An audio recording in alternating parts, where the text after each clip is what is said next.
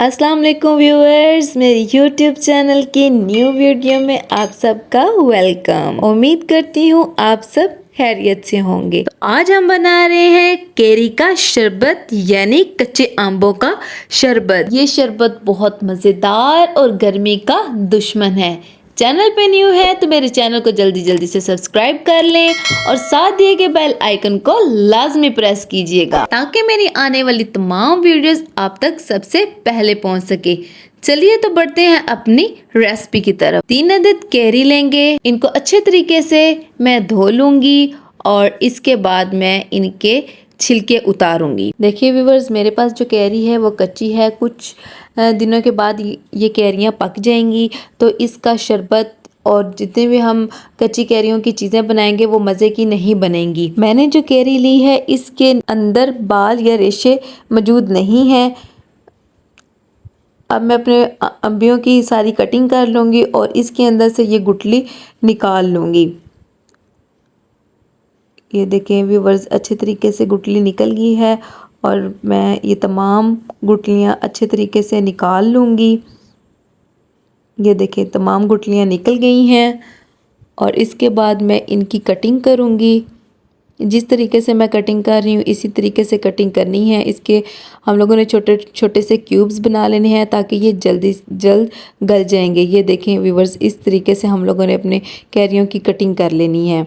अब मैंने पैन में पानी पहले बॉईल कर लिया था। अब मैं इसमें सारी कटी हुई कैरियाँ ऐड कर दूंगी और स्पैचुलर की मदद से मैं इसको थोड़ा हिलाऊंगी और 10 से 15 मिनट के लिए ढककर इसको रख दूंगी ताकि ये नरम हो जाए। ये देखिए ये नरम हो गए हैं और मैं इसको फोक की मदद से अच्छे तरीके से मैश कर लूँगी। इस तरीके से हम इसको मिक्स करेंगे, ज़्यादा बारीक नहीं करेंगे। अब मैं इसमें 1 कप चीनी ऐड कर लूँगी। आप अपने ज़रूरत मिठास के मुताबिक इसमें ज़्यादा चीनी भी ऐड कर सकते हैं। अब मैं इसमें 1 चम्मच इलायची पाउडर ऐड करूँगी, काला नमक ऐड करूँगी और जो हम सिंपल खानों में नमक यूज़ करते हैं वो ऐड करके स्पैचुलर की मदद से अच्छे तरीके से इसे पका लूँगी।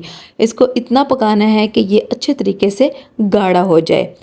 अब इसके बाद मैं इसको मशीन में ऐड करूँगी और इसको अच्छे तरीके से ग्राइंड कर लेना है ताकि ये बिल्कुल फाइन सा जो पेस्ट है वो बन जाए। ये देखिए व्यूवर्स, कितने अच्छे तरीके से ग्राइंड हो रहा है। अब मैं इसको छन्नी से छान लूँगी। मेरी जो अंबियाँ थी वो बिल्कुल सही और साफ़ थी, इसके अंदर कोई बाल या रेशा मौजूद नहीं था, इसीलिए ये बिल्कुल इस छन्नी के अंदर से सारा जो पल है वो मेरे बाउल में आ गया है।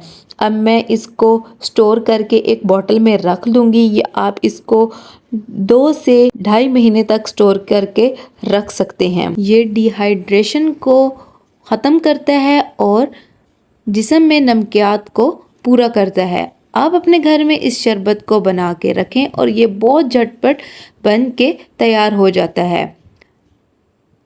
ये देखिए व्यूवर्स, मैंने इसके बोतल में डाल के स्टोर कर दिया है और अब मैं ग्लास में आइस क्यूब ऐड करूँगी और ये इसमें कैरी का पल्स ऐड कर दूँगी और ठंडा पानी इसमें ऐड करूँगी और इसको चम्मच की मदद से अच्छे तरीके से मिक्स कर लेंगे और मज़े लेके पियेंगे। मेरी वीडियो आपको अच्छी लगी हो तो कमेंट करके लाजमी बताइएगा। दुआओं में याद रखिएगा। अल्लाह हाफिज़।